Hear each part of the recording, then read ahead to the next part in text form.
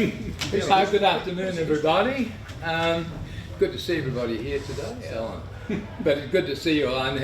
When he knew that Greg was going to be in town, and we wanted to invite Greg and his wife Pamela to join us for lunch, because Greg usually comes down when he gets to visit Perth, comes down to the Aero Club. This was really just Greg coming down to have lunch, but because it's an open day, we thought, well, maybe it's going to be a bit better rather than just our regular Saturday flying mates lunch. We take over the boardroom, which Peter, I think, spoke with the boys at the Aero Club, and John, sort of good to see you. And you know Greg from earlier days. That's right.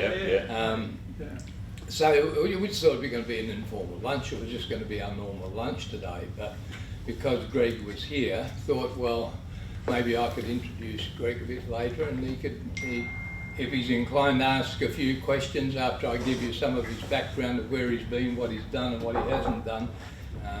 I did bring along a few of his books because Greg has been a writer, and I thought this will put some of these out for you to have a look at around the table, give you an idea of what Greg's been writing about over the last 50 years or so. And you might like just scan around some of the work that Greg's done.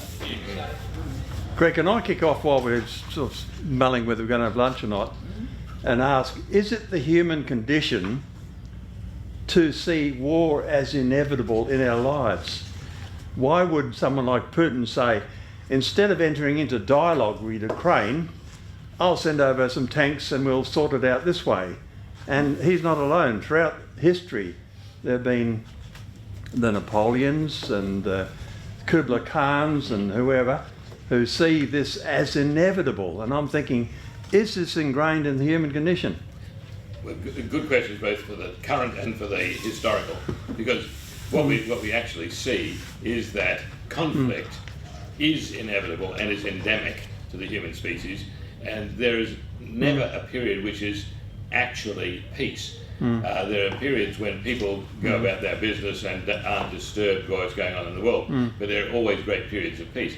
We think of the Cold War, for example, as a period without kinetic conflict, but yet we saw that in the Cold War period alone, some 60 million Chinese died, some 60 to 80 million Soviet citizens died, and that's peace, right? Yep. So yes, the condition is endemic, and yes. Von Clausewitz's statement that war is a continuation of politics by other means, in fact, is incorrect. I mean, it's nice and it's facile and it serves as a transition point, but the reality is that everything is conflict all the time. And my latest book, which is somewhere in here, called The New Total War of the 21st Century, describes how war evolved into there was always elements of total war, but we saw the codification of total war starting with the Napoleonic period. But I say starting there was because it became of a more or less global nature at that time, as it did earlier with Genghis Khan and so on. But war is not just about armies, and that's what we forget.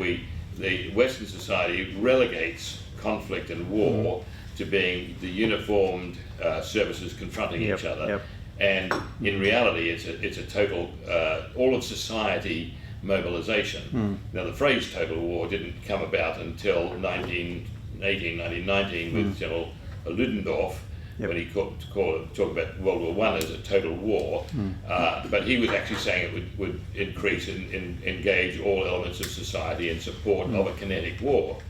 By 1938, Dr. Stefan Pisoni, my old partner, came up with a book called Tomorrow's War, which basically described how World War II was going to go and how it was much more pervasive and entering into every aspect of society than World War I. And before that, of course, the Napoleonic Wars were about total mobilization. But then with the Cold War and the fear of nuclear weapons, there was a thought, well, how do we win? How do we achieve victory? Because that's the only purpose of this. How do we achieve victory when we can't risk escalation to nuclear confrontation? Even though Personi in his book, it's starting in 1938 and going on to 1949 when he wrote a book called Strategic Air Power, was that, don't worry about nuclear weapons, they're just big bangs. They are not going to win a war. Nuclear weapons do not win wars, any more than any other single weapon generally can win a war. And the Japanese, in fact, had agreed to the surrender before the Hiroshima and Nagasaki bombs. So, but they were highly symbolic, and of course become highly politicized and iconized as drivers of mass hysteria to a great extent. But what we saw with the Cold War, which was the third total war of the 21st century, because it started to engage economic warfare, political warfare, legal warfare, every form of societal conflict, but everything under an umbrella of psychological strategy, and by and of course economics becoming paramount, much more paramount. This is why the Soviet Union collapsed. It was about economics, and the Chinese vowed that they were not going to go the same way. So by 1999 they came up with a doctrine which was called unrestricted warfare in 1999, written by two senior colonels, brigadiers basically, of PLA Air Force. And this defined how you would go into the manipulation of the social behavior of your opponents and your own societies, so that you could actually win, as Sun Tzu used to say, win without fighting. The acme of skill is to win without fighting. And we're seeing that today, to the point where everything we do is a form of warfare, and that's how we saw the foreign interference in US elections, particularly in 2016 in particular, and 2020 in particular, where you had this whole manipulation of everything, so you get your outcome without having to risk warfare.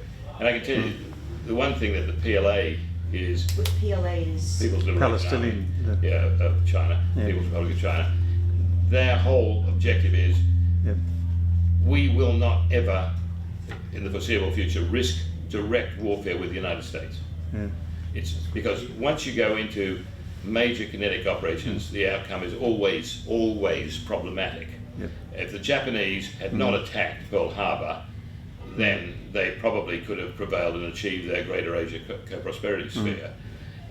On the other hand, if they could have reached, and they would have if they could have, if they could have reached the strategic heartland or nexus of the United States, they would have done so, because they needed to keep the United States from being able to interfere. Today, arguably, you can do that. You can reach the core of United States strategic power, and the best way to do it is not with nuclear weapons, because nuclear weapons, so 20th century, very expensive to maintain, project, and of course uncertain in outcome. Cyber warfare, you can actually do far more damage and kill more people, by the way. If you take out the northeast grid of the United States from Northern Virginia up into Nova Scotia, and you keep it out for 2 weeks, you'll have 40 million people dead, because you can't deliver food, you can't deliver water, sewage. Everything. Sewage is one of the first things that overflows and pollutes the water. All the food stocks go bad. The roads are clogged because people are getting out, trying to get out, can't get out, clogged. You can't get enough airlift in. And even on the microcosms we saw with the big hurricane up in New Jersey and the one down in the Gulf states, these just showed how difficult it is to manage. Even and Honshu, the Japanese, you can't manage that kind of destruction even on a small scale. So once you do it on a large scale, you're in trouble. So the question is, why would Putin go into Ukraine? Well, Putin was forced into Ukraine. This was not a blind or thoughtless act. He was provoked into that operation by the Biden administration, who immediately they took office started to ramp up in Europe. And there are real questions as to why they did that and why they kept saying Russia is about to invade Ukraine when it was patently was not. It never had a full-scale invasion of Ukraine. 290,000 troops is not what you do to go into a country of 45 million, especially when the Germans put 3 million troops into Operation Barbarossa in World War II, and still had grave difficulty in prevailing. Well, he didn't prevail in the end. So Putin did not go in there with the objective of recovering all of Ukraine into the Russian Empire, or the Russian orbit. We can get into the details of what his goals were, but the question is not so much why he took Biden's bait to go in, but why Biden offered the bait in the first place.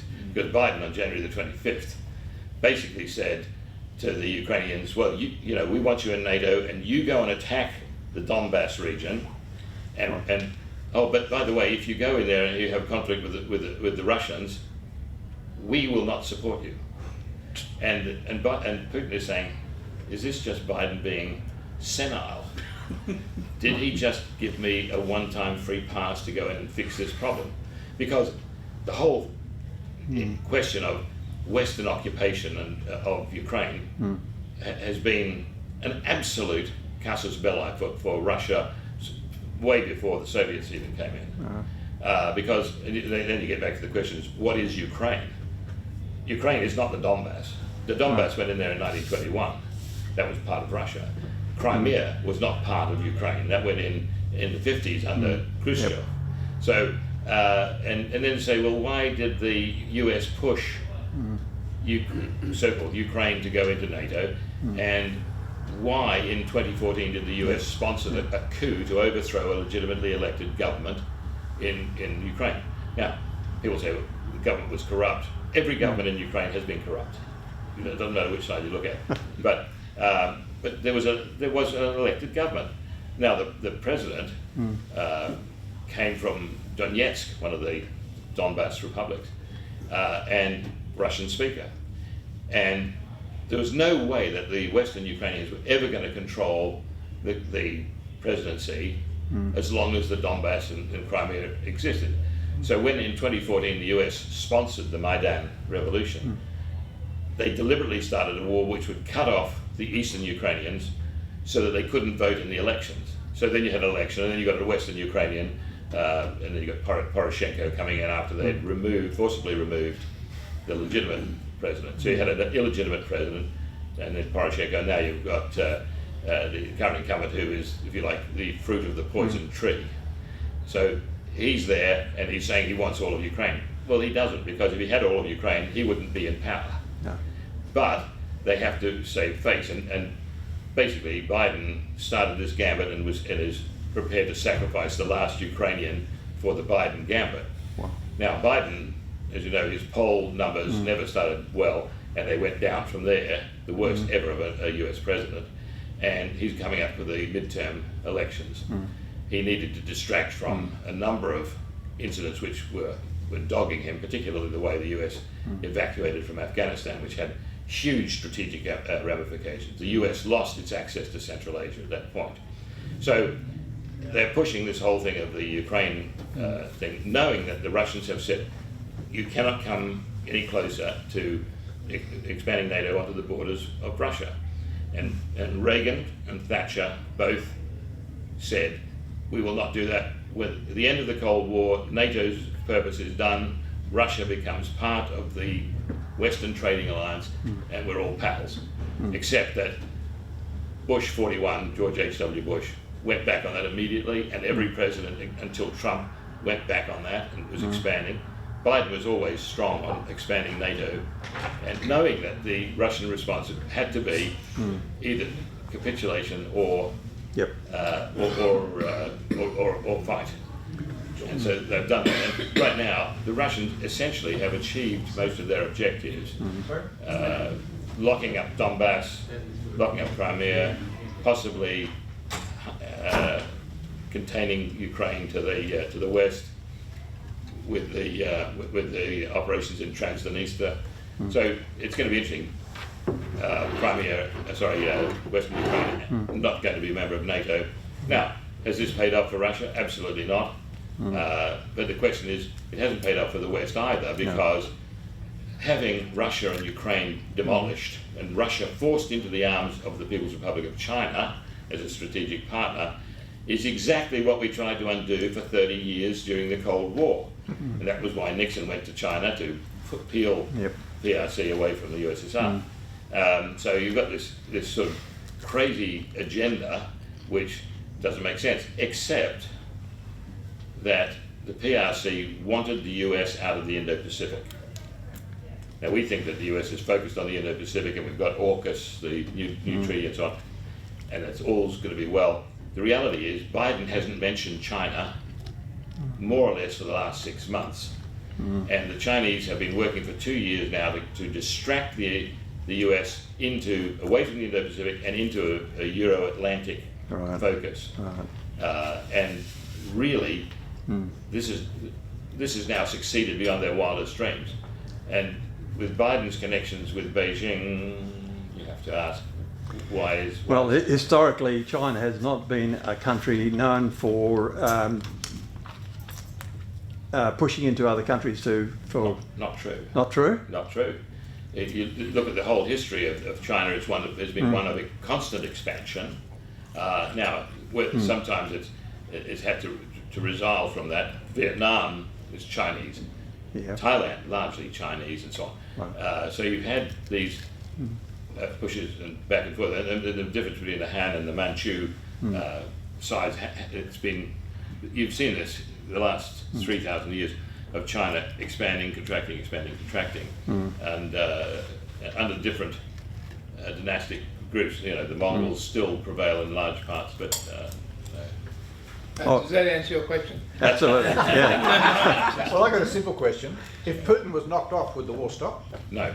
Okay. Could not stop. In fact, you would go back to civil war in Russia if you couldn't get a clear-cut, strong leader, because the Russians. Look, the reason that Putin is still overwhelmingly popular, despite the Western media. I mean, what we're seeing in the West is all coming out of the State Department saying Putin is ill, he's dying, he's unpopular, there's going to be a coup against him. There is nothing to back that up. I mean, he may well be ill, but we see this coming up periodically, whether it's against Putin or against Erdogan in Turkey or against Xi Jinping, who the latest reports saying that he's got cerebral aneurysm and pancreatic cancer.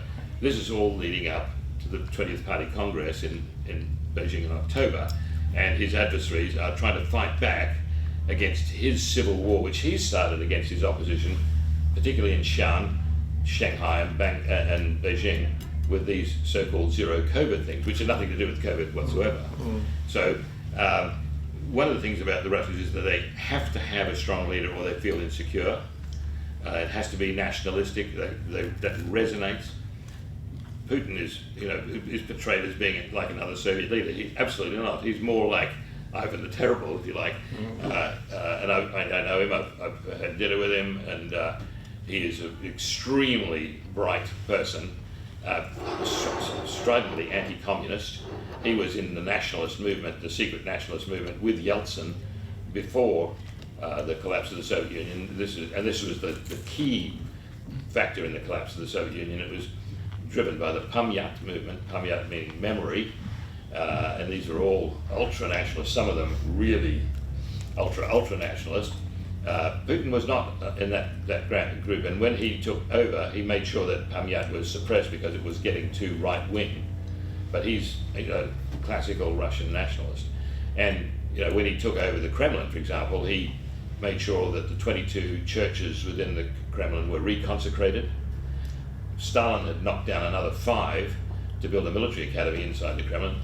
The military academy was then raised by Putin, and they rebuilt the 5 churches and reconsecrated them. He put up all the statues of the Tsars that had been knocked over, and so on. Now, does this make him a Western-style Democrat? Not a bit, but it made him very popular. And anyway, I'm not so sure that we should be happy about the way Western democracy has been distorted and destroyed in our lifetime, until we also look at the history of democracy and see that it is also a cyclical phenomenon which burns itself out inevitably, and as Plato said, reverts to ochlocracy, mob rule, at a very early stage, and that's where we are now. I mean, by being able, particularly with modern technology, by being able to create mass hysteria, whether it's about COVID or whether it's about Putin and Russia, and ignoring all facts and all history, we just have this narrative of emotionalism as opposed to rational analytical thought. I mean, you know, you can't have a viable state managed even to achieve its own best interests if people are just frothing at the mouth. And in fact, as I said, someone having been locked out of my own state for 2.5 years and getting ready to foment, you know, insurrection against the McGowan dictatorship. Don't you pick on our Premier. I know. He saved us, but he kept it. He curtailed democracy. He curtailed our freedom. What his motives are is, you know, I'm sure he had the best of motives. But the fact is that we see the distortion and degradation of democracy based on the fear of, in this case, the fear of the pandemic and so on. And so you find that it becomes very difficult if you've got a constitution which it means nothing the minute people panic. Yeah. You know, you have to say, where are we going, and what's the best way to stabilise the society and to plan for recovery. But the good news is that because, for the short term, because Russia is out of the global trading network and Ukraine has been knocked out physically from providing grain, you had Russia and Ukraine 2 years ago providing more than 50% of the world grain market. And now we've got our best growing season ever. There is no competition coming out of the Black Sea because the Russians were shipping wheat to Indonesia cheaper than we could ship it from Fremantle. So, okay, let's clean up. But because, let's face it, we're going to lose our iron ore exports pretty damn soon because the market's going down. The Chinese economy has started tanking by 2015. So you've got an interesting situation where it's all changed, and we've just wasted 2.5 years here by not re-gearing our economy and our national security structure to cope with the new world. And we look at the practical and tactical lessons of the Ukraine war with the clear exposure of armour to loitering weapons and smart weapons. And you say, was this a good time for Australia to spend $2 billion buying some new M1A1A2 Abrams tanks, which we can't transport anywhere anyway in any quantity? So, and the Marine Corps very wisely abandoned tanks at the same time, and the Australian Army didn't pick up on this cue, and they should have been looking at the lessons from Syria, Libya, Azerbaijan, Armenia war, and then of course Ukraine. And this is a time we rethink how we fight wars. The tank era is gone. Maybe. I'm just writing a paper on this now. The ways to protect tanks. I mean, it was always said that the only real threat to a tank is another tank. Not now. Not anymore, because you've got man-portable armour. But the question is, you still need some kind of covering protection for infantry forces. So, do you need a covering protection now for tanks? And that will be in UAV versus UAV, or UCAV versus UCAV situations, and it's going to be highly dependent on how rapidly we can adapt artificial intelligence to the countermeasures. The UCAV versus UCAV situation, or UCAV versus UCAV unmanned combat aerial vehicles, and against the sighting and demolishing the launch of man-portable anti-tank guided weapons, because the javelin has been particularly effective in Crimea, in Donbass particularly, and around Kiev, knocking out the old T-72s. And this is why the Russians didn't only put in T-72s, none of the new stuff, none of the T-90s or anything. Didn't want to risk it. What about the poor guys that had to go in there in those things? They all knew they're going to get fried. No, this is it. They didn't. But the Russians were certainly aware that there was going to be a heightened risk, particularly they weren't concerned initially about, I don't believe, about the javelins because they were rushed in at the last minute.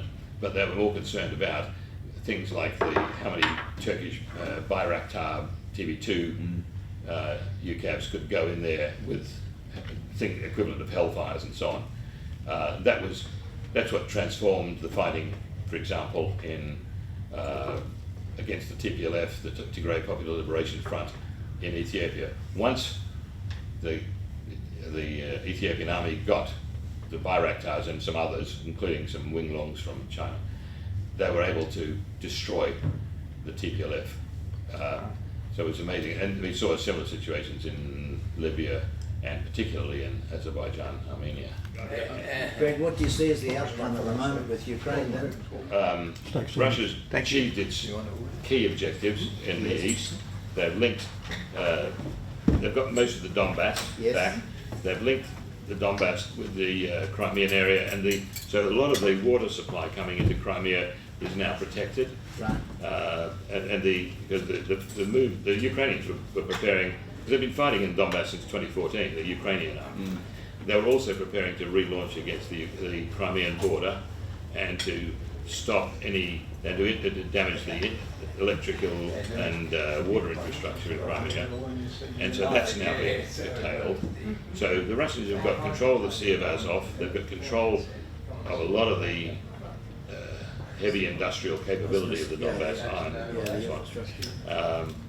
And the question now, though, is how they can utilise that. And what we've seen is that despite the absolute anger of the Turks at this, because the Turks hate the Russians and the Russians hate the Turks, each with good reason, but the Turks have to do what the Russians want, and they have done for some time.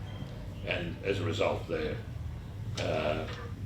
Turks quite try to subvert the Russians, but in fact they have to let them dominate the Black Sea if Erdogan's to survive, because Turkey's bankrupt anyway.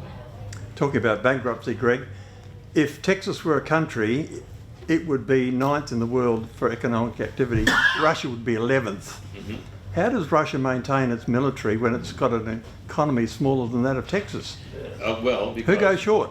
Yeah, because strategic power is well, the Russians used to use the phrase correlation of forces. The PRC has another approach where they do an assessment of all of the factors going into strategic power, and economics is only one of those, of course.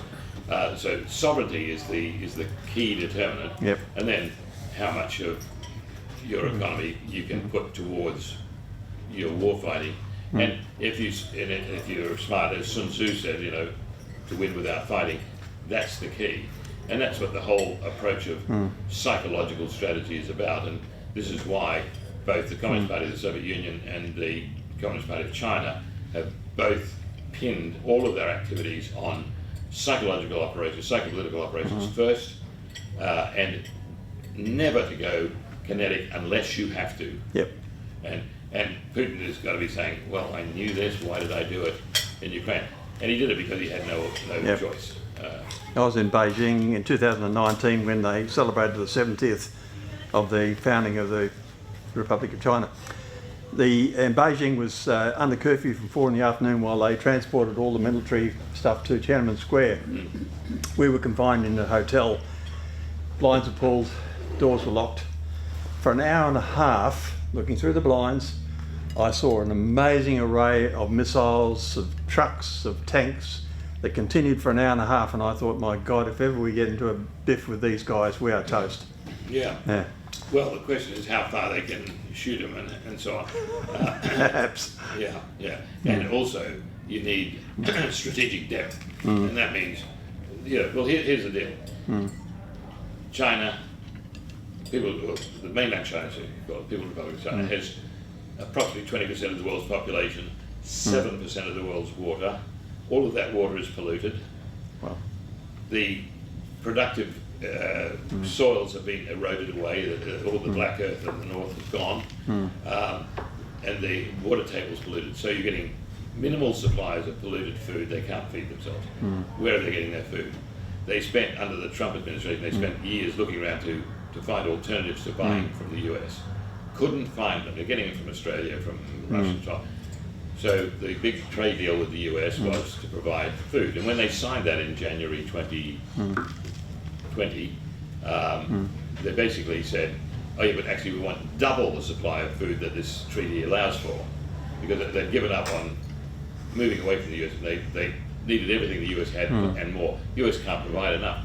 Now, if they were to go to war today, the US stops loading ships at Oakland and Long Beach and Seattle, and China doesn't eat tomorrow. So this is a non-winnable situation. So by driving the Russians into the arms of the Chinese, the Russians with few places to go, they'll be exporting their grain surpluses, of which they have a lot, to China, and their energy.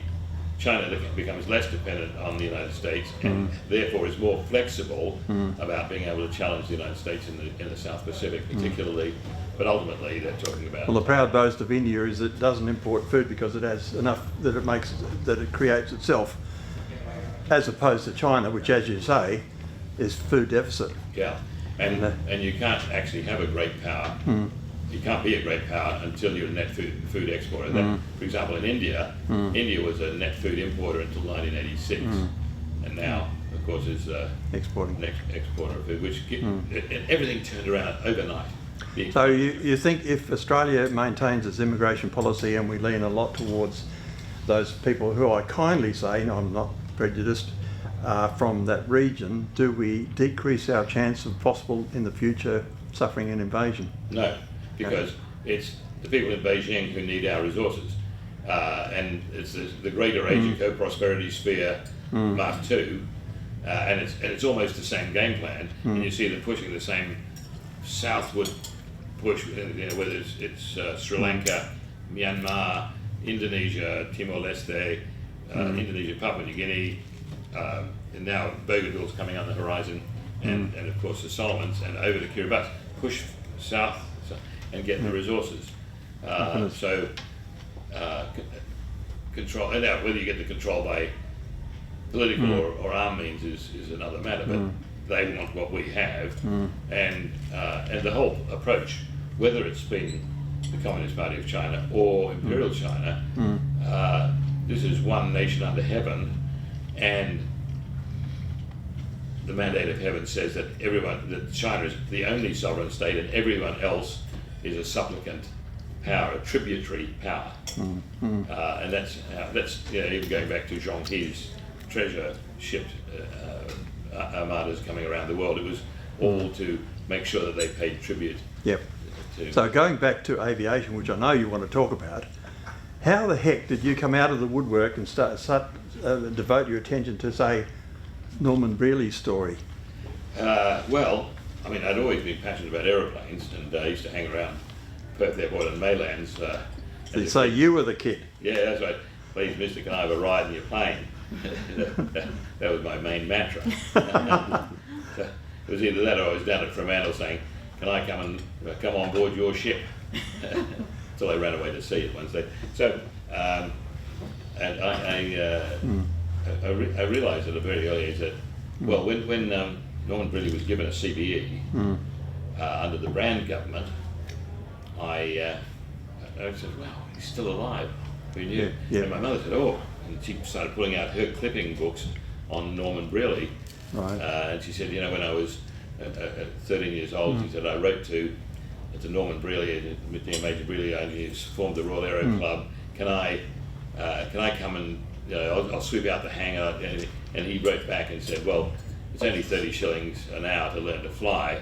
Why don't you do that? And my mother had never seen 30 shillings in her life, but she was fascinated by all that. And so when I had my aviation magazine, the Air Training Corps Journal, which became then Aero magazine, and so I used that, and I knocked on Norman Brearley's door at I think number 6, the Esplanade, at Peppermint Grove, and was ushered in and by Mrs. Brearley, Violet Brearley at the time, and have a cup of tea, and he kept talking to me, and I said, well, why aren't you writing your story? And he said, nobody wants to know. And he was clearly had been burned by a lot of the events which we know happened. Yep.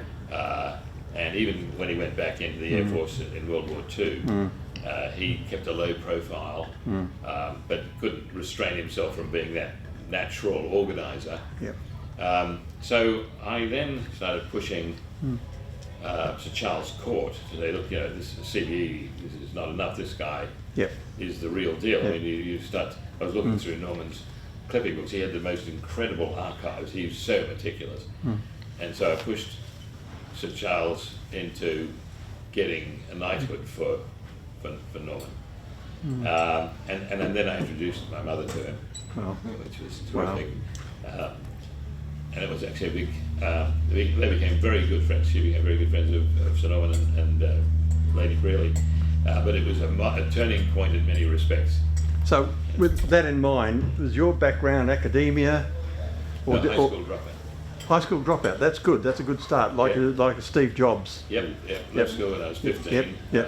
I'd recommend it to everyone else, but not my family. Well, because it's a risk. But the thing is, what we've come to see is that it's a bigger risk quite often to start losing your curiosity and perspective through the education system. You think that's inevitable?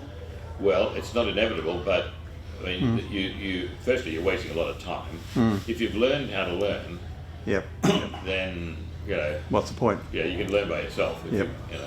But you run the risk of being constantly hammered by a doctrinaire, and today an increasingly doctrinaire set of philosophies, which don't help you actually cope with life. Most education is not to help you achieve any personal independence, but rather to fit in with the system. It's like people going to Harvard and getting an MBA and thinking, well, what am I, the cat's whiskers? And you say, yeah, that's like saying you've now got... You belong to the club. You're now fit to be an employee. You're not fit to be an entrepreneur because you've had your entrepreneurship, if you ever had any, knocked out of you by conformity. So now, I admit that this doesn't work for everybody. No. Just slightly on another, climate change and how that is affecting rural and economies and looking forward. I'm not necessarily asking you for your belief, but I have a problem with the fact that the human element is blamed entirely on climate change, when it's probably a little bit to do with alignment of the earth and all sorts of other things. Solar flares. Like I'll give you an example. You'll see the paper full of floods in the eastern states. Climate change. But yet, if they had researched it, it was an Indian Ocean dipole that had changed and flooded Exmouth with moist, warm air. Coupled with a El Nino that was supposed to have abated, but it was getting more prevalent in the Pacific Ocean. So it was a natural storm. Like the two coming together was going to make a hell of an impact on that. And so nobody now talks about that. They only talk about Climate change. Well, again, we're seeing this whole mass psychosis situation, and to the point where it's become a religion. Political opportunity. It's not a forum where you debate and you say, well, what about this? What about that? No. You either believe or you don't believe. And if you don't believe, you're quite a denier. But it has a slightly what was the big religious purges of Spain and an Inquisition air about it. Sorry to dropped again. We're talking about belief as opposed to knowledge. And I said to people, they say, well, I'm entitled to my belief. I say, well, you are, but let's not confuse beliefs with knowledge. We've always seen the climate changing, and we do see long-term trends. We certainly haven't seen any marked rising of tides. One of our colleagues, who's actually based in Queensland, was running ferries around the world, and they measure the water levels at ferry ramps around the world. He's got, I think, 200 or 400 of these sites, they haven't seen any change in 40 years. Exactly. So, The wave rider buoy off Fremantle hasn't changed in the last 105 years since it's been out there. yeah. And you look at, someone showed a photo the other day of Port Denison Yeah. in Sydney Harbour, same as it was 150 years ago. Well, the other thing I don't like about the climate change is that the Bureau of Meteorology here and all around the world doctors the figures to suit what they say, Yeah. you know. Well, you know there's something fundamentally wrong. Yeah. There. This is it's Yeah. criminal, in fact. It's a manipulation of the It public is. trust. You know, they use the excuse, oh, we've moved the recording station. Yeah. In the case of Perth, they moved it 8 miles. And that gave them an excuse to doctor all the figures. Yeah, a bit sus. Yeah. The question is, if climate always does change and is somewhat predictable, and certainly we know the solar flare activity is predictable, and a lot of that drives the La Nina, El Nino effect. But the thing is, what we don't account for is the loss of human memory, is that kids today can't remember anything 10 years ago, let alone 100 years ago. So, you know, it's all about beliefs now. Yeah. And They're we're being indoctrinated at schools, and then as they go to universities, particularly some like Curtin and Murdoch, they've got to write the paper in the style that the lecturer wants. Because if you write something that's contrary, yeah. which is what universities meant to encourage positive thinking, you'll get bad marks. No Which is question about it. ridiculous. No question. The question is, how do we reform the education system without destroying it altogether? And maybe we are getting to that point where it's being replaced by private education and so on. In the United States, the movement with young children to homeschooling is it's staggering, and theoretically this should be saving the state a huge burden of expense. But Is schooling compulsory in the States like yes. it is here? Oh yes. Yeah. Yeah. In fact, there are penalties on parents for, including imprisonment, by the way.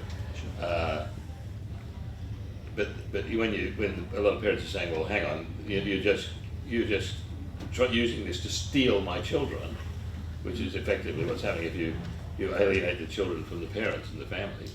So homeschooling has taken over, and that's, depending on which state you're in the US, it has more or less traction.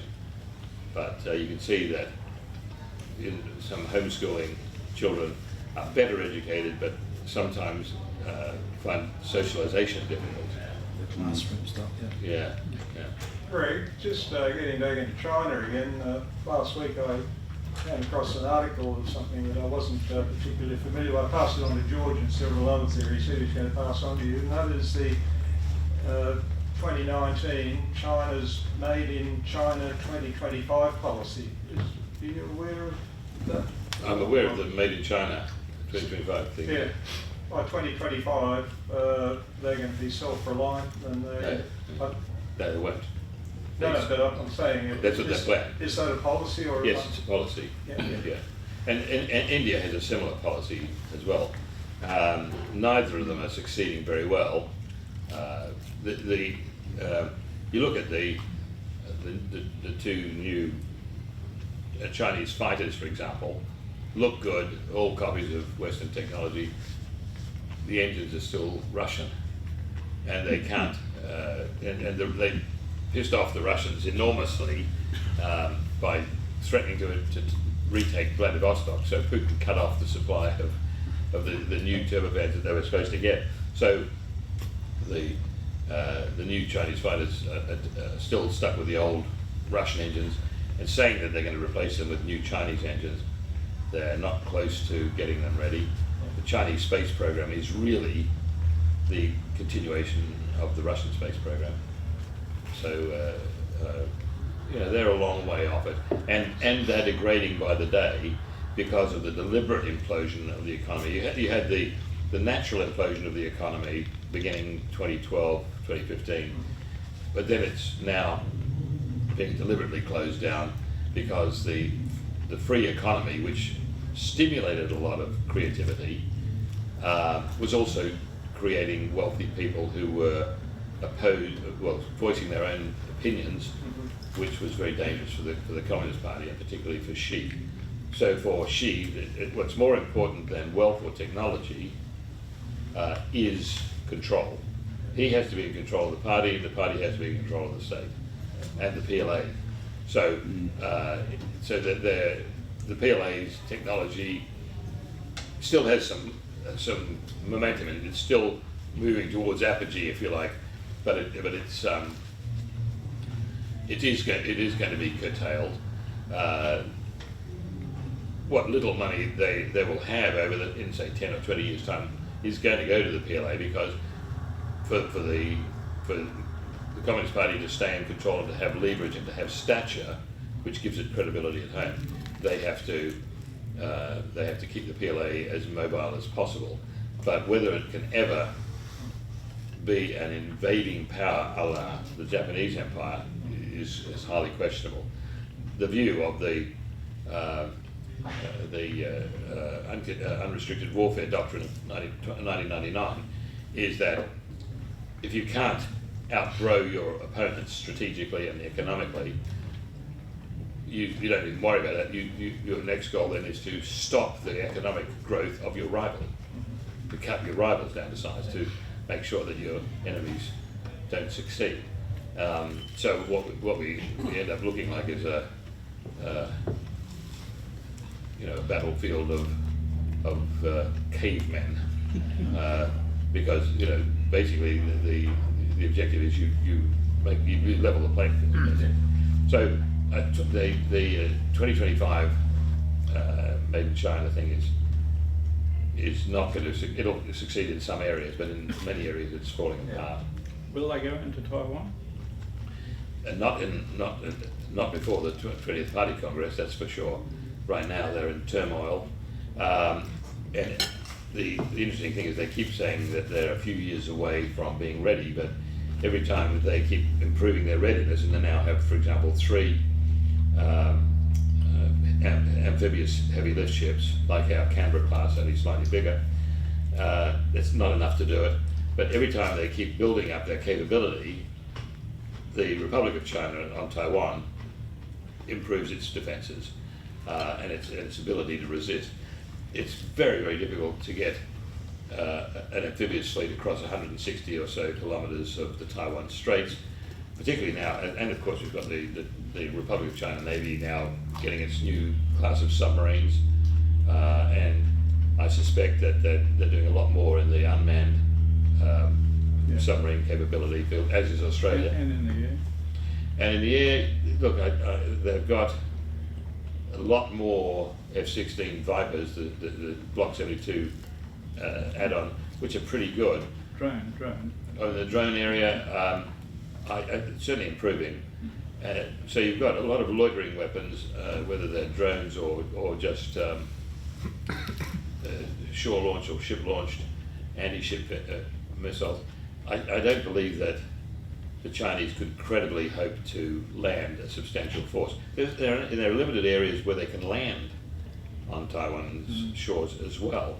And even the nationalists found that a problem in 1949 when you had Admiral Ge leading the flotilla of the ROC Navy out of Port Arthur with all the treasures and with all the Kuomintang leadership on board. They didn't know where they could land them, and Admiral Ge went down. He found the spot at Kaohsiung, and that's where the big naval base is today, one of the big ones. And but it was not easy even then, which was not opposed. If you're looking at an opposed landing, that's tough to do. So if there is a move against Taiwan in such a way that it would not make Xi look like an idiot, then it would have to be cyber or political. They've tried political, it's actually backfired against them. You started the talk today by saying they wouldn't do anything to risk a war with the United States. Well, that would risk a war with the United States, would it not? not if Biden was in power. No. So this is why the Japanese, early in the Biden administration, the Japanese government said a PRC invasion of the ROC would existentially threaten Japanese strategic interests and therefore would force Japan to become engaged in the support of Taiwan. Japan and the US have a bilateral treaty, and under that treaty, under those conditions, the US would be obliged to support Japan. So basically, Japan is saying, well, you know, we're not going to let you get out of this one. The US would, I think, and attempt to argue that, well, it's only if China invades Japan do we come to your aid, but it would be very difficult to get out of this. Now, and Australia's relationship with Japan is such too, and the Philippines and so on, that there's a growing body of support to stop that. And of course, the one thing that would happen on the southern flank is that India would then make its moves on the Tibetan Plateau, which is the source of not only Southeast Asia's water supply, but also the PRC's water supply. So, and the Indians have made that move clear, and they would also cut across the northern Azad Kashmir area of Pakistan, the Pakistani-controlled part of Kashmir. The Indians would cut across that over into the Wakhan corridor of Afghanistan and up to Turkmenistan. And that would stop the Chinese being able to use the land bridge across the Karakoram highway down into Gwadar and Karachi. Right. So this would be really a high-risk thing for the PRC to attempt. So the answer is that they want to talk about it a lot, but every time they've escalated the threat against Taiwan, things have backfired. And look, you know, and the Indians have been preparing for this since 2019. This is why they put 1 million troops into Jammu and Kashmir to suppress a small Muslim extremist group, ostensibly. But you know, this was to prepare them for the push into the Tibetan Plateau and across up into Central Asia. But it's an interconnected world. Yeah. Taiwan, a major supplier of microchips. Shanghai, a major builder of electric car that uses microchips. China, a major supplier of strategic minerals in this world, which, for want of a better supply, America accesses. It's hard to see how, when everyone needs everyone else, how you would disrupt that balance. Yeah. And yet this last year we've seen that balance exactly disrupted. 2008 we saw the end of globalization and the move back towards bilateralization of trade. And some of that is currency related because people not having enough dollars but they're having commodities, so we go back to more or less a barter and counter trade situation. And we saw that in the 70s and 80s, particularly around the world on defence. You know, it was Indonesia's still doing it. I mean, their acquisition of Sukhoi 27s and Sukhoi 30s was all about being traded for timber. So the question is, how do you get back to a more nationalistic supply chain? And of course, the people who believe in globalism, which is different from globalization. Globalism is an ideology of kumbaya. I'll buy my milk cheapest provider, even if if Harvey is too expensive, I'll buy it from China. After a while, as this cyclic war thing tends to tell us, you're going to lose your supply line, so you better have your own domestic supplies like that. And the rare earths, which the Chinese have been famous for processing, and some of them are from China, of course. Some of them are particularly from Congo. But we've got most of those rare earths here.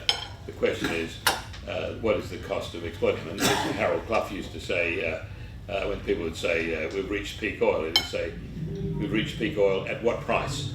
Yeah. So if the price goes up, you can find more because you try harder.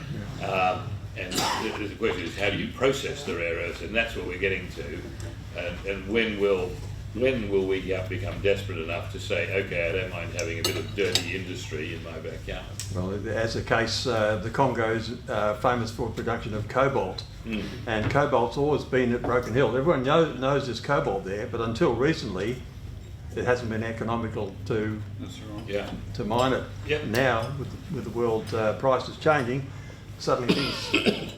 Well, look at the lithium supply out of Western Australia. Yeah, amen. And earlier last few days, I had some meetings with some politicians who I hope they get back into office, talking about nuclear power. And I said, look, Western Australia has the world's largest supply of thorium. Why are we not talking about thorium reactors? right? Because they are just as effective as uranium reactors for power generation and propulsion. With the supply of gas, etc., from Russia to Western Europe, media suggested that their infrastructure, the pipelines and all that sort of thing, are now quite ancient and Yes. at risk. Yeah. True? Yes, but there's so much more pipeline infrastructure coming out of Russia. I mean, apart from you've got the Nord Stream 2, of course, which is all new. You've got the new South Stream coming across from the Caspian. It's a transition stage. It's a transitional state. Now, you've got the situation where the Europeans are saying that they can be independent of Russian supplies by 2025, maybe. And the question is at what price? So, I think we need more chairs.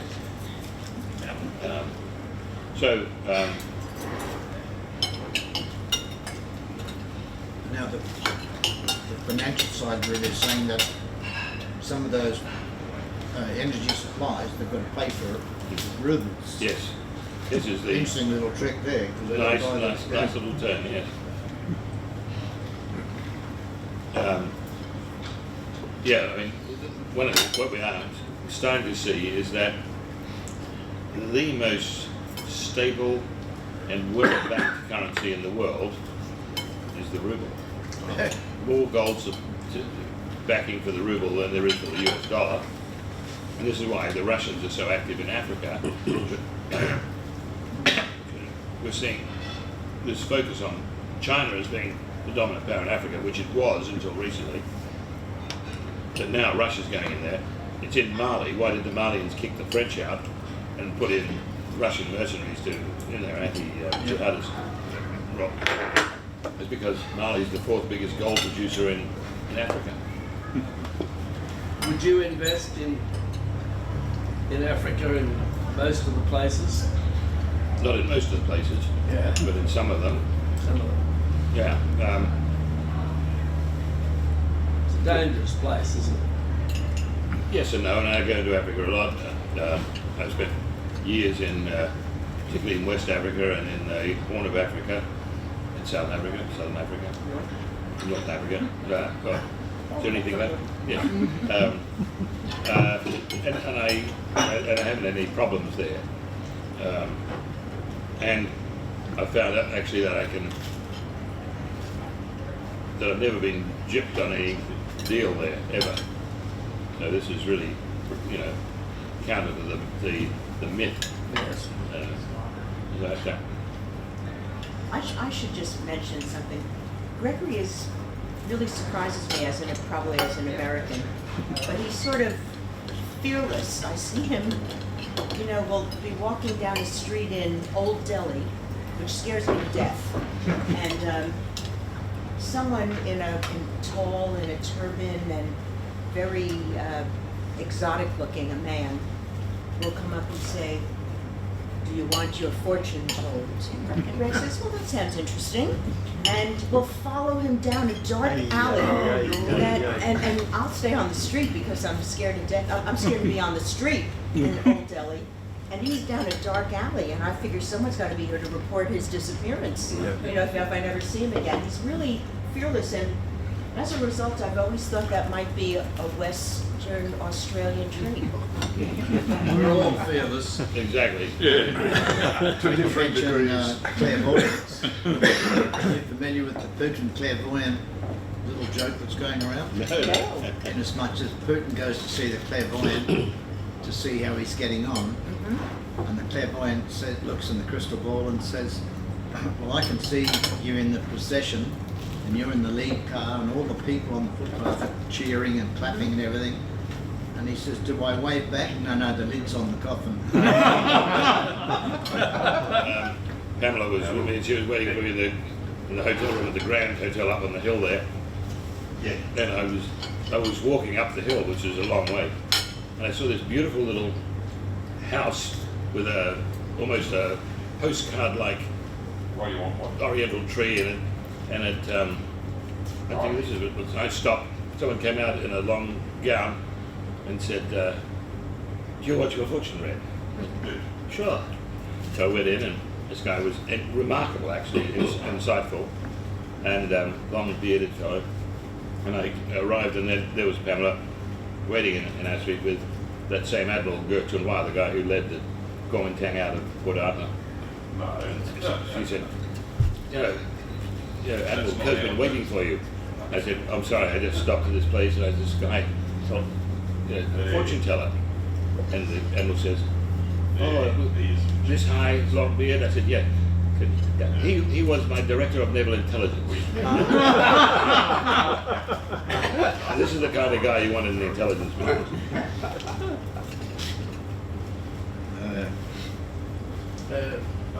Indians all study the stars, don't they? They're into star. Mostly Mumbai Bollywood stars. I can never fathom that because they're very serious about it.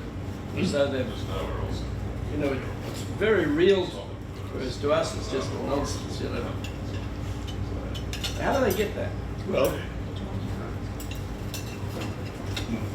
we all have belief systems which are nonsensical to others. Today we say, well, we're so rational, we pay no attention to traditional Western religion, Judaism, Christianity, and so on, or even Islam. So then when then half of our population believes in the teachings of Ra, the sun god, and climate change. So we love to believe in bullshit, but it is actually fundamental to, I think, suppressing our fear of the unknown.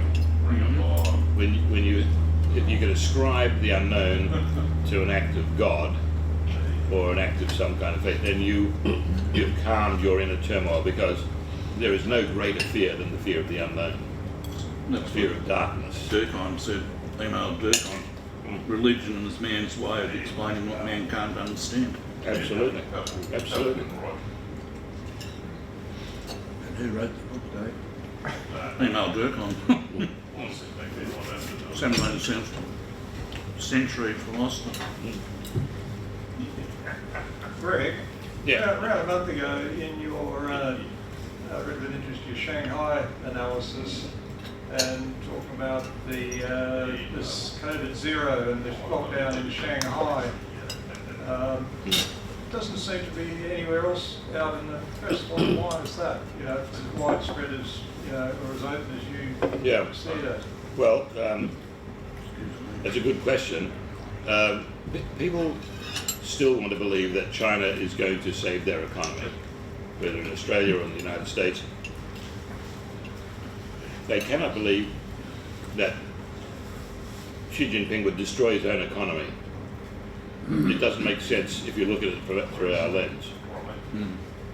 So people say, no, it doesn't make sense, can't be right. Yep.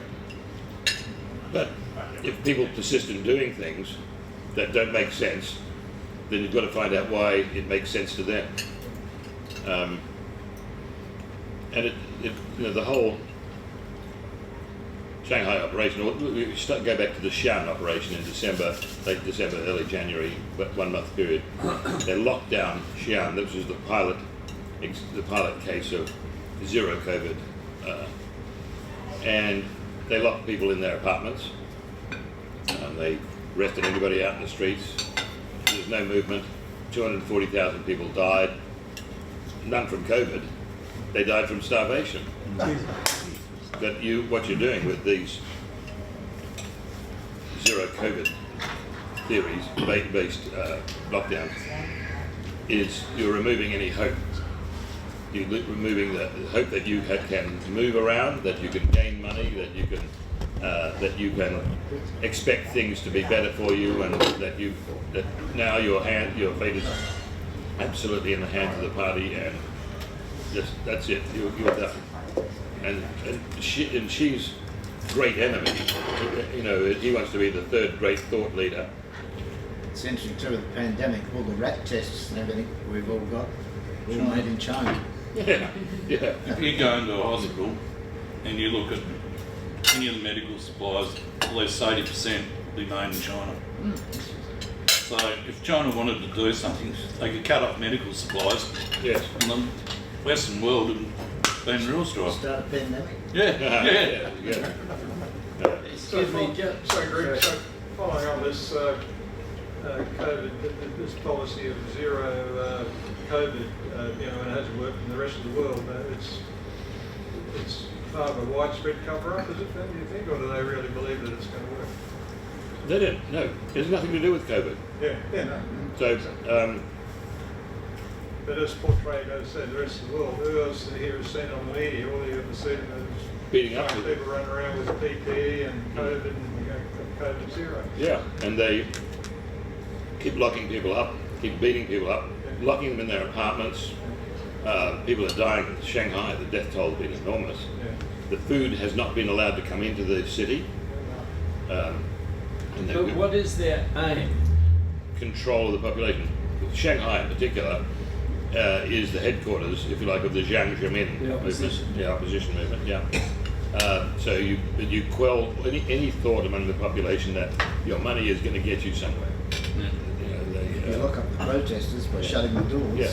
that's a start. And look, the Chinese, they're well overpopulated, which they are, and they're moving towards a reduction of population under 1 billion within a decade, certainly, probably less, because of the food and water situation. So why did they get rid of the one-child policy? Because, basically, it wasn't going to make any difference. What they've got is an aging population, and the aging. So you want to get rid of all the old people, but you need young people because they don't have a viable economy at all. You need people to work, and this is why India has the ascendancy at the moment, is because it's got a young population. Same with Iran, but China, it's an aging population. So is Japan. Yeah, and this is, by the way, why Obamacare was designed to cut off health care for elderly people. I mean, you can't help us anymore, so. Wow. You've got to admire a country, though, that sets out its goal to electrify fast trains throughout the whole country. I'm talking two rival aviation trains that do 350 kilometres an hour, and they have them everywhere. In America, that could never happen under a private enterprise system. They could never get the land access that they need, and so they're stymied. And in China, well, in China they said to the farmers, we need your land, but they built the towers above the land so the farmers came back later as the land became accessible again. Very clever. What's your views on Switzerland and Norway looking to go into NATO? Sweden and Finland. Yeah. Well, it's interesting that the Russians said, "Hey, we don't have any fight with Sweden or Finland." Yeah. Whereas during the Cold War period they did. Yeah. And at that period, Finland and Sweden refused to join NATO. Now there's no clear threat other than Western media hysteria. Yeah. And NATO itself is basically non-functional. Oh, yeah. So NATO has ceased to be a truly viable, interoperable force. We saw during the 80s and 90s, particularly the 80s, the move towards rationalization, standardization, and interoperability, so you could have all of the forces functioning together. They can't do that at the moment. Will Finland want some of their land back that they lost after the Civil War? They lost it even before the end of the Second World War. Yeah, they, of course, but wanting and getting, I don't think they're in a position to get it. We have to bear in mind that all those borders are very fluid and always have been. You look at Western Ukraine, that was actually part of Poland at one stage, it was part of Lithuania at another stage, it was part of Russia before all of that, part of the Austro-Hungarian Empire. So, you know, what is Ukraine, what is Poland, what is Finland? But yes, they do want that, but they're not making any territorial claims on Russia. And neither, but the interesting thing is, for the first time, Russia is not making territorial claims on them. Well, I wrote that book, The New Total War. I wrote that, and I started writing it in Melbourne during the Australia-Canada Economic Summit. Came out in June 2020, so 4 months later. And someone said, how long did it take you to write a book? And I said, 73 years and 2 months. I wonder if I could just ask George to explain how you met Greg. Yeah, probably good timing, because Greg and I go back to the 1960s. And Can you remember that far back? I remember that far back. Greg grew up, was it Jollymont? Daglish. And at a very early age he started Aero magazine, started printing Aero magazine, which became a national magazine. I think he printed in the back, in the garage, didn't he? Had a printing press in his garage. And a teenager. So I at the time was, when we first met, I was a rocky jockey on 6KY. And we got together and started the Rockingham Air Show. We put an air show on at Rockingham. You had to build an airstrip too? Build the airstrip, yeah. Had to build the airstrip too and put on an air show, one of the first air shows. In fact, I wasn't a rocky, I was a top popper at that time. And you were a rocky jockey when I first met you. Yeah. And then, so we had the Rockingham Air Show, and we were good friends then, and I moved across, Greg moved across to Sydney after that, and he set up his Copley news service in Sydney, which was a news service for radio stations, newspapers, whatever. He'd go along and attend the press conference and so on, and distribute the news to all of the media around Australia. I'd moved across to Sydney about that time. We met up again in Sydney.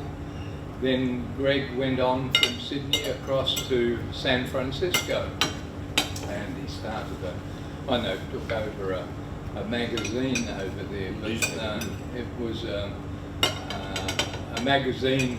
I think it was doing shipping and daily shipping newspaper. Daily shipping. And then what happened, there was a longshoreman strike and all the wharfies went on strike. So there was nothing to write about very much about ships coming in and out, so Greg started to write about how bad the wharfies were. So they blew up the printing press. They haven't got much better. No. And they were led by an Australian, Harry Bridges. Oh, yeah.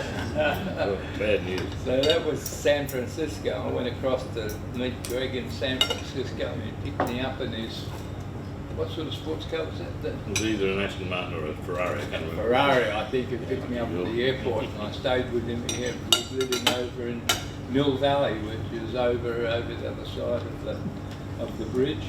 And we spent some time together there, and then I think during that period, didn't an Australian aircraft carrier come in? Yeah. What was the story there? With Melbourne, I mean, I remember we got an invitation to go there. It was the first time I had a chance to get meat pies and sausage rolls for a couple of years. So then from there, Greg moved across to Washington.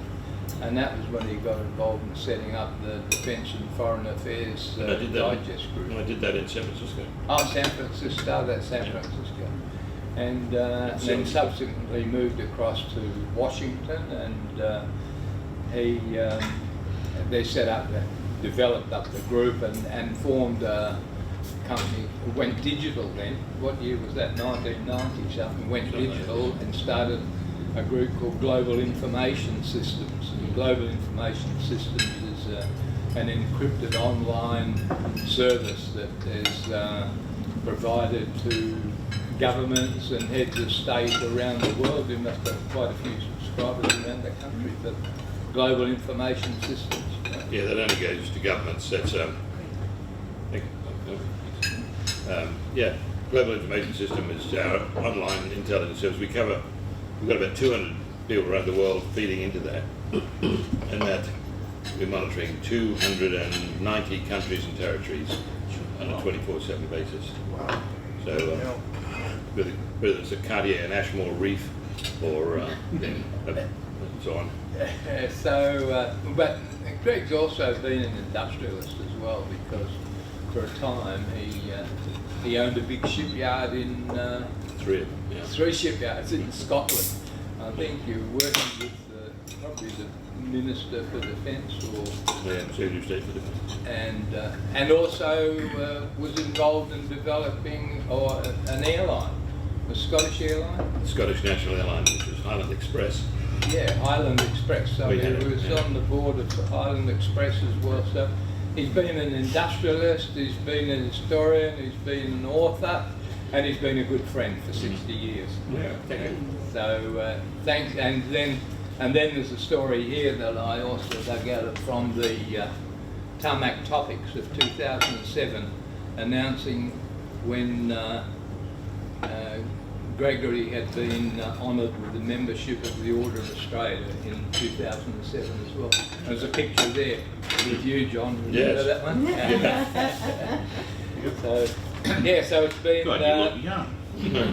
it's been a busy boy over the years, and of course, but Pamela has been a great supporter. Who's also a director on the board of Global Info it's the International Strategic Studies Association, because Greg founded this International Strategic Studies Association for non-governmental organisations and offices that around the world that have meetings in Washington, and Pamela's the director of the International Studies Association.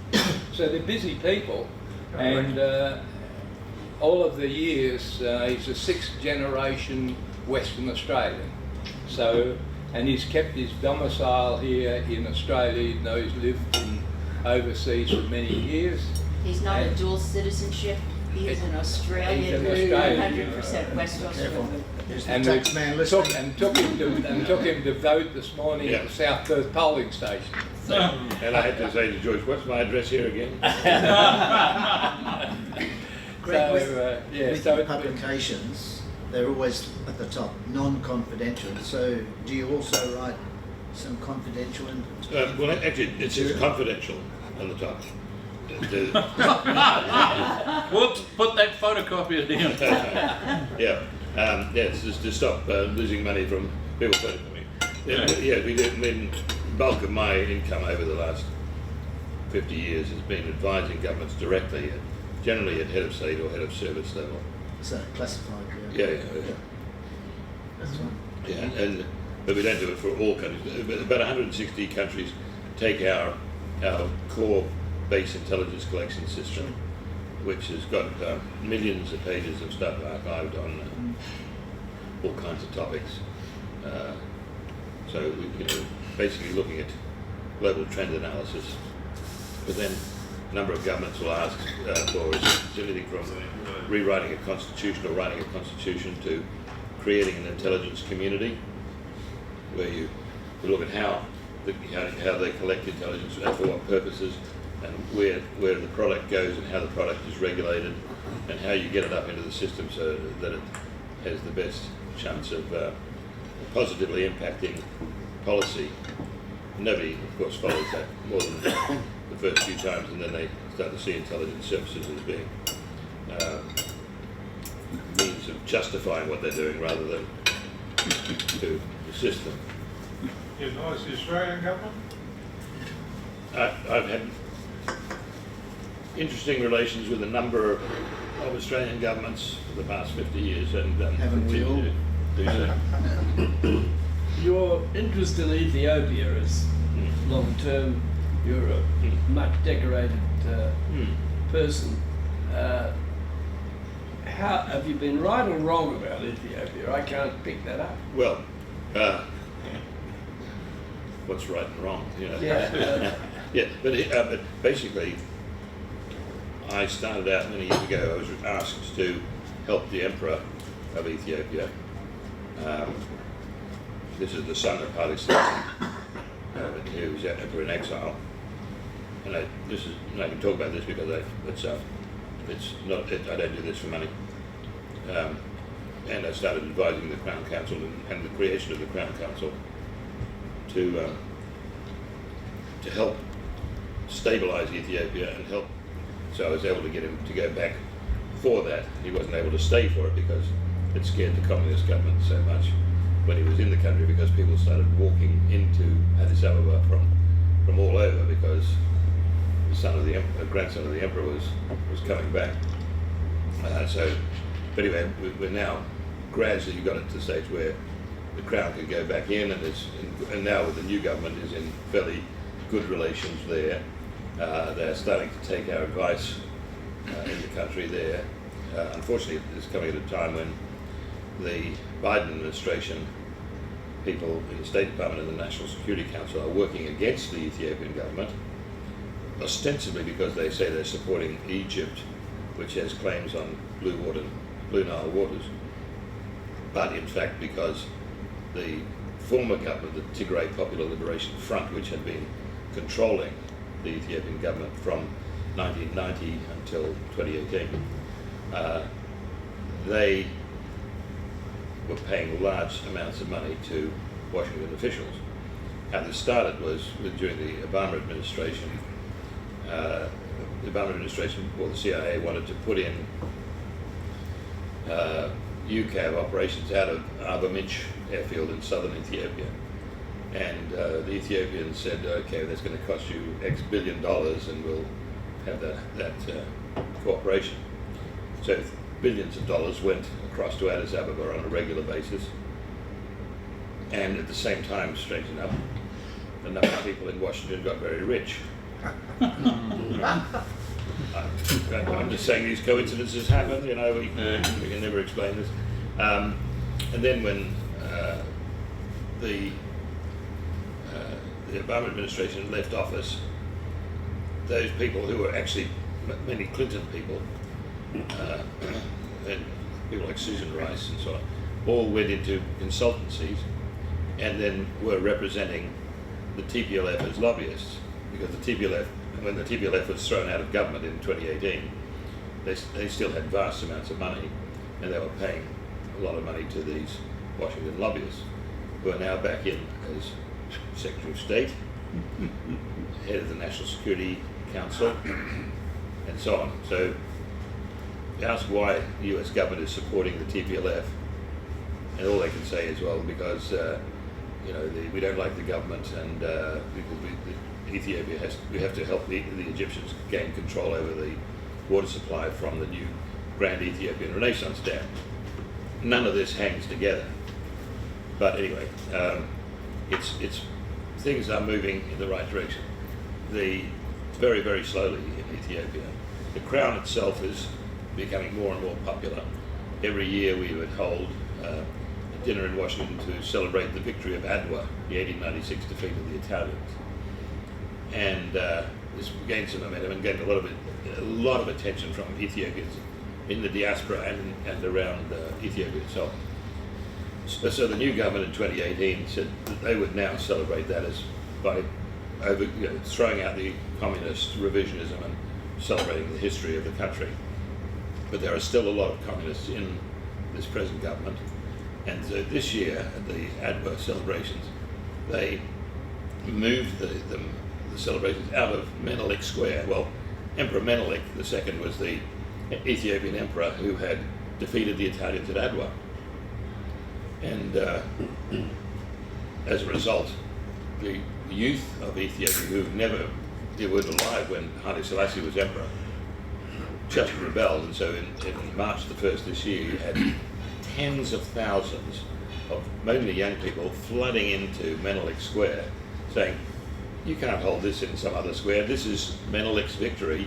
We have it here where the statue of Menelik is," and they were waving imperial flags. Oh. And these are all our people.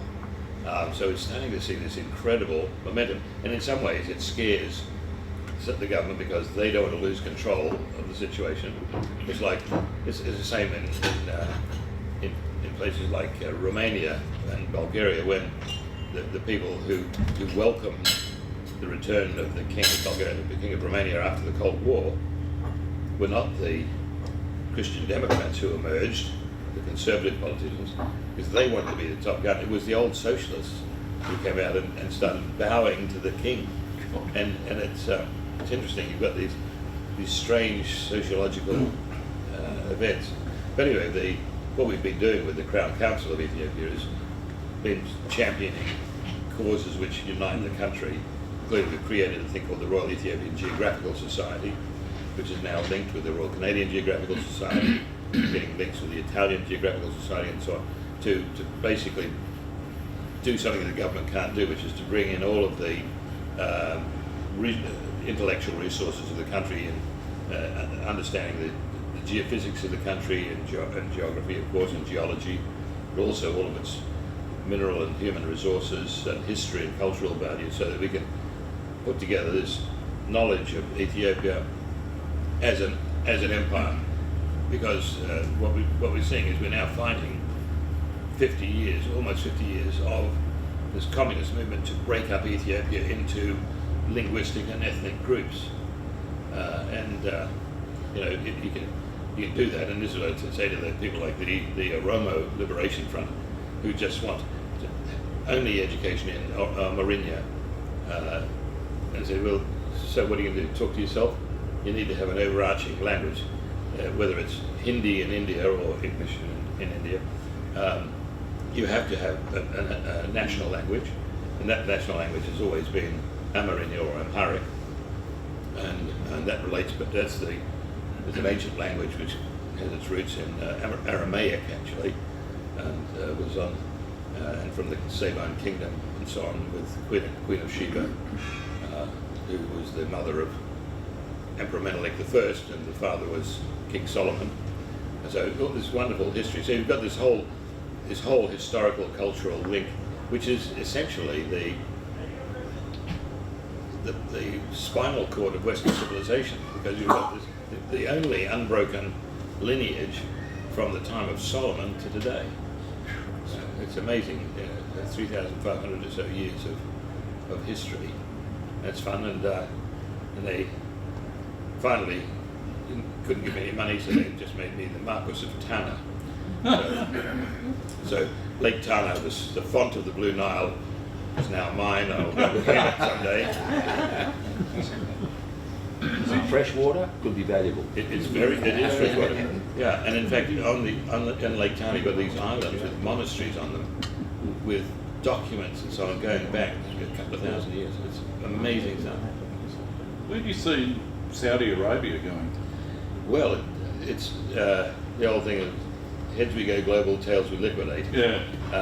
They have actually finally got some traction with Aramco to get some sell off a bit of that, which has given it a market value.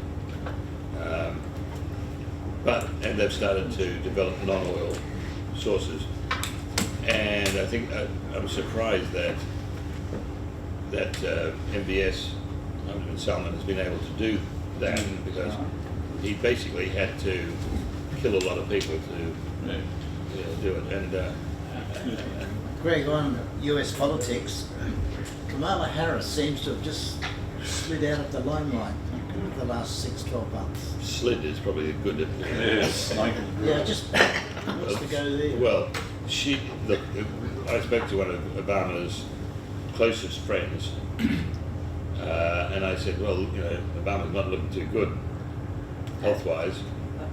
Sorry, Biden's not looking too good health-wise. Yeah, it's one of Obama's friend as well as Biden. Anyway, I said, Biden doesn't look too healthy. This was 6 months ago. and it means Kamala is in line to become president. And he just got red in the face, jumped up, and he said, "We will never let that woman become president of the United States." And I'm saying, you guys put her in. But it was all because Biden had painted himself into a corner saying he would have a woman of colour as vice president. They are working to get her out of the picture. Whether she will go gracefully is... I was going to say how. Well, she could retire on health grounds or the traditional way, of course, is promoted to a higher cause. I like that. Then is Nancy the next one in line? No. Well, it depends on how you go. Only if there's if you lost the president and the vice president, then the Speaker of the House would come in. No, they're planning to take care of things so that all of these eventualities. Well, Nancy Pelosi is not going to be in that job much longer, and probably by the midterm she will not be Speaker. She's going to get sick too, is she? Well, no, the midterms will take care of that. Yeah, they may not get in And the midterms coming up will determine a new Speaker of the House, which would be a Republican. So that would be the next in line. And of course, the Dems don't want that to happen. So they've talked about a number of options, but one that's being currently talked about more as a sexual fantasy than a reality is that Kamala would be encouraged to leave. I mean, one thought was they'd get her into the Supreme Court, but they can't get the votes to get her to the Supreme Court. So give her something which would tempt her away, and so she'd save face and give her a lot of money, and then put in Obama as the vice president. Obama's been actively talking about the fact that he needs a third term to complete the agenda, and he thought he was controlling Biden, and a lot of the things are, in fact, a lot of the decisions and so on are made by Biden people, Obama people. So he could. Now the Constitution says that he can't be elected for a third term, but he can be appointed as vice president and then become president if the president vacates. Yeah. But I think this is all fantasy, and they certainly should, if they wanted to make the most of that, pull that off before the midterms, and that actually would give them a boost at the midterms if they did it before the midterms, because there are a lot of people who like Obama. But I don't think they've got the guts to do it. So what's likely to happen is they'll lose both houses in the midterms. And they thought that the Ukraine conflict would have stabilized and made him a wartime president and so on, and it hasn't. He hasn't got the bounce out of that. Mind you, arguably he could have just declined even further in the polls, but certainly he hasn't improved in the polls. Do you think Trump will come back? Or? Yes, if Trump wants to, he can have the Republican nomination because there's no other power like that. And if he wanted to, he could then, I think, take the 2024. But it would be messy and divisive. But I think he may well do it. There's no other really serious Republican candidate other than the governor of Florida, DeSantis. We don't want to lose DeSantis in Florida. No. Yeah, we're losing a lot of states are being are getting these foreigners in from California and New York states and changing actually all the politics of the state. They're coming into Florida and Texas, Idaho, normally conservative areas, and trying to put in the same policies that are making California a failed state and stuff like that. So it's there's a lot at stake. Yeah, it's amazing the stuff that you buy that's made in the United States, and have the state government of California declares there's a carcinogen and all these warnings and that. Yeah, and the state of California has declared kangaroos as an endangered species. Yeah. And I must say, rarely these days see a kangaroo in California. Yeah. Just one thing. Last night I was talking with a group of people, and this very intelligent man, I thought, very capable person, I mentioned the word Trump, and he went off his face. He said he's a crook. He's committed so much crime. He should be at least in prison forever. And this, you know, I was taken aback. Yeah. And now, what's your view of Trump? Well, I mean. That goes on in the States too. Yeah. Oh, He's a polarizing figure. No, I realise that. yeah. Look, I keep saying, look, shut up, and you'll win. And we know him. We stayed on Trump Princess, his yacht, for a week, and he's very. Look, he's very smart. He's very generous, and he's very humane. Actually, you ask the people who say he's a criminal, and ask him to define what crimes he's committed, and they can't come up with anything that is a criminal offence. They're just xenophobic about him. And if you look at all of the things that he did, as opposed to the things that were said, you start to see all this economic progress. You saw major advances in the US around the world, repairing of relations around the world, US pulling out of active conflicts. It's the first presidency since World War II where no new conflict was entered into by a president. Really major stuff, big advances in restoring the direction and R&D for the armed forces and national security structure, all these sorts of things. But one of the things about Trump is that he never, if he talked about something, you could guarantee that that's not what he was doing. This was all distraction. And some of his cabinet staff didn't understand that, particularly John Bolton, former ambassador to the UN. An idiot. Bolton, and Bolton's a joke. I've known Bolton for a long time, and in fact I described him in one piece recently, or at that time, as a junkyard dog.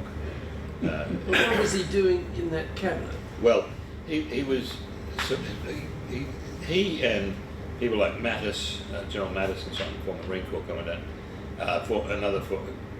Kelly, another former Marine general, they all thought that they were going to take Trump under the wing and they'll tell him what to do, and don't you worry, we know you're a businessman, we'll take care of Washington and national security.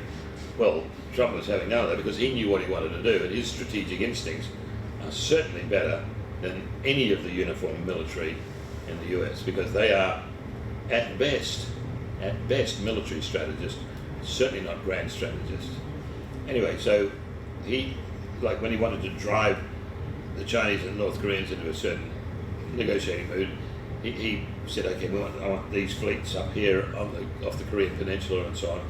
And there was a lot of talk about the threat that the US was going to pose to North Korea if it didn't comply with certain things. And the North Koreans started to comply. But Mattis and Bolton were saying, no, we're going to war with these guys. And Trump is saying, just keep yapping, and we ain't going to war with anyone. But he was driving things, and they wanted to go ahead with this, and they were really angry when Trump was not about to start a war.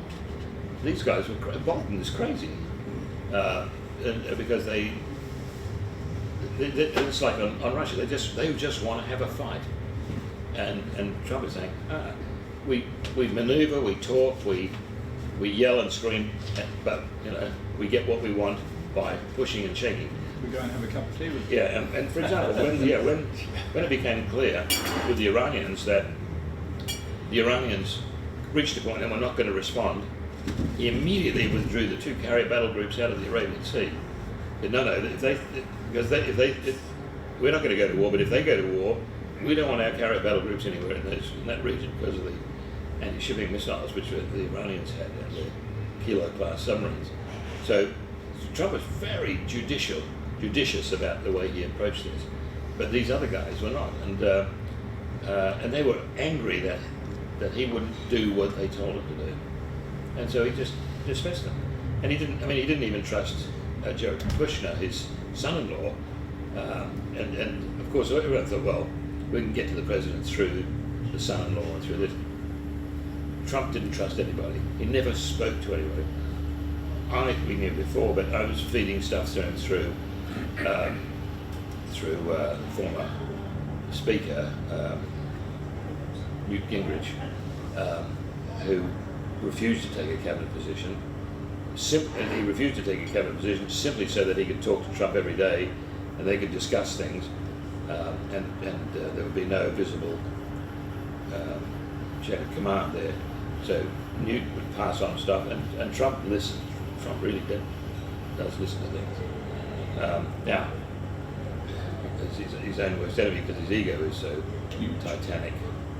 Yeah, and when John Bannenberg, the Australian yacht designer, when Trump was still on a New York businessman, he wanted to build Trump Princess 2, and Bannenberg, the designer, goes into him, and Bannenberg was equally egomaniacal, and he presented these beautiful plans for a Trump Princess 2, and Trump didn't get what Bannenberg was proposing in terms of diesel-electric propulsion.